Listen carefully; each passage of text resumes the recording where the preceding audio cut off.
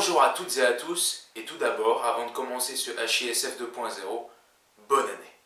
Alors donc comme le titre le dit bien, ce HISF 2.0 va être consacré à une petite critique du film Assassin's Creed qui est sorti en salle en fin d'année 2016. Et aussi, tout d'abord, nous allons parler un petit peu de nos projets de l'année. Cette année, on essaiera de sortir au moins une vidéo par mois pour se maintenir à un rythme.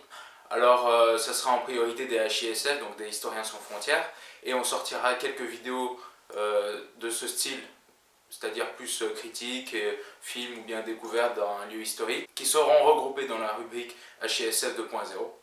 Donc ces vidéos-là viendront en plus du HISF mensuel. Et concernant les épiquement votes qui sont des formats reportages, cela on va pas réussir à tenir le rythme qu'on s'était imposé au départ. On voulait en faire un tous les 2 mois, finalement on en a fait que 2 en une année. Là on en a un troisième là, qui va sortir d'ici 1 mois.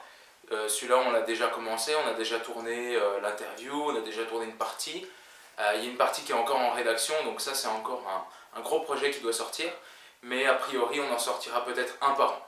Mais tout de suite, passons à la critique.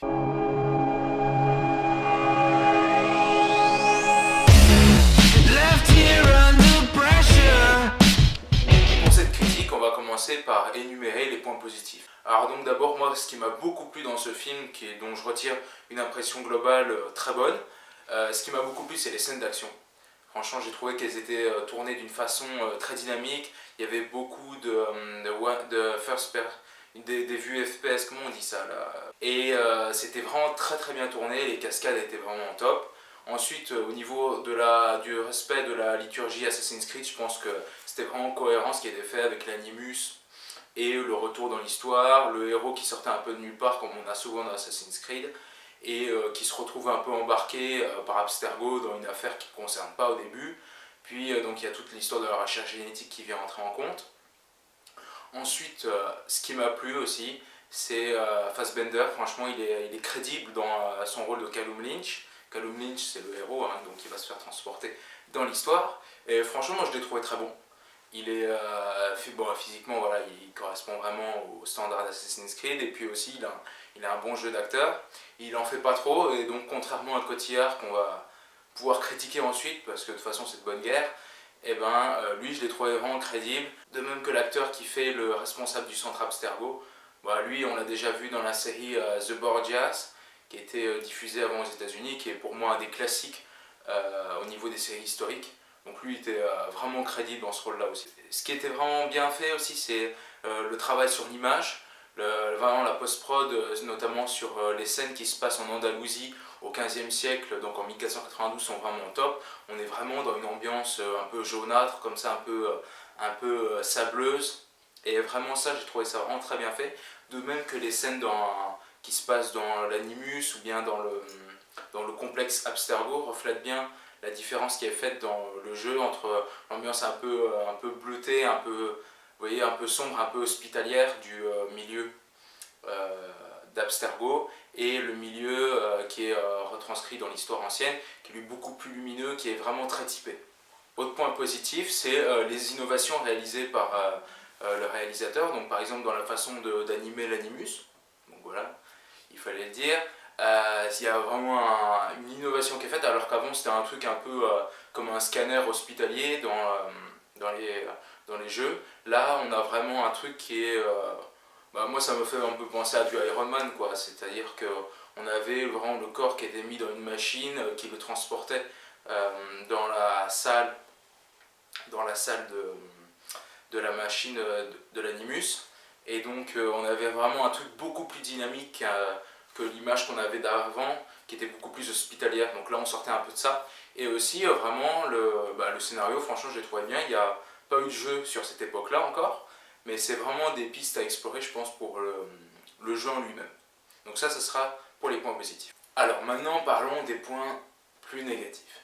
Alors tout d'abord, Marion Cotillard, il sort pas une émotion de son personnage, donc vous allez me dire c'est son personnage qui veut ça, mais franchement, je vais dire, c'est vrai qu'il y a des moments où on se tapait limite un fou rire, parce que tellement il n'y avait rien qui s'exprimait, quoi. C'était limite un peu vraiment énervant à la fin, c'était vraiment un frigidaire, et c'était vraiment Donc je veux bien que le personnage soit froid, déterminé, scientifique, tout ce que vous voulez, mais là c'était aller un peu trop loin. Et franchement, bon, on sait bien depuis sa scène dans Batman, que de toute façon elle n'est pas très aimée dans la communauté geek et tout ça, donc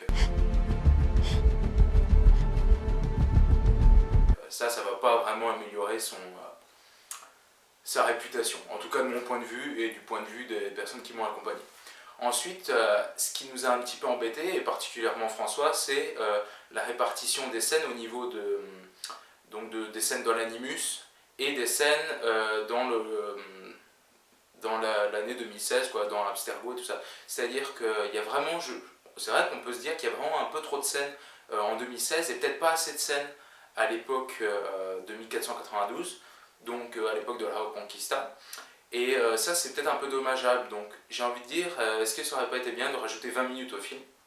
Et parce que là il fait quoi, 1h40, 1h50, c'est assez court, surtout pour des films aujourd'hui, et dérivé d'une telle franchise, donc à mon avis, il y aura sûrement une suite.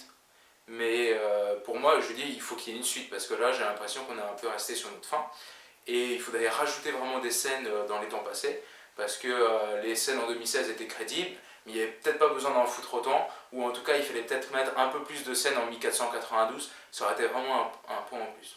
Ensuite, moi j'ai trouvé aussi qu'il n'y avait pas assez d'assassinats. Or on sait Assassin's Creed, bah voilà, ça vient des assassins, de la confrérie de meurtriers et tout ça.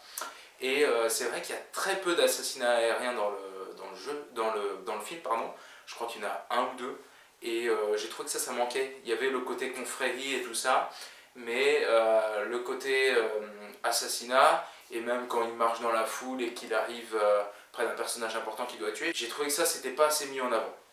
Donc ça c'est des petits points négatifs, mais globalement ça reste quand même assez positif. Pour moi c'est un 7,5, 8 sur 10. Franchement j'étais agréablement surpris, parce que c'est vrai qu'il y avait certaines bonnes annonces, bon vous pouvez douter, mais il fallait vraiment laisser le bénéfice du doute à ce film là, et franchement c'était un des bons films de cette fin d'année. Donc voilà, ça sera fini pour cette mini critique du film Assassin's Creed selon notre point de vue. Alors n'hésitez pas à liker notre page, à laisser un petit j'aime en bas, à partager, à commenter pour dire est-ce que c'est de la merde, est-ce que c'est super, ou est-ce que j'ai pas d'avis. Mais en tout cas laissez un petit commentaire en bas, ça nous ferait très plaisir. Et n'hésitez pas à aller voir notre précédente vidéo sur les Templiers. Il y a eu 2 vidéos sur le sujet, donc n'hésitez pas à aller voir les 2. Et également aller voir notre précédente vidéo sur Néron, qui se trouve juste ici, donc cliquez. À la prochaine.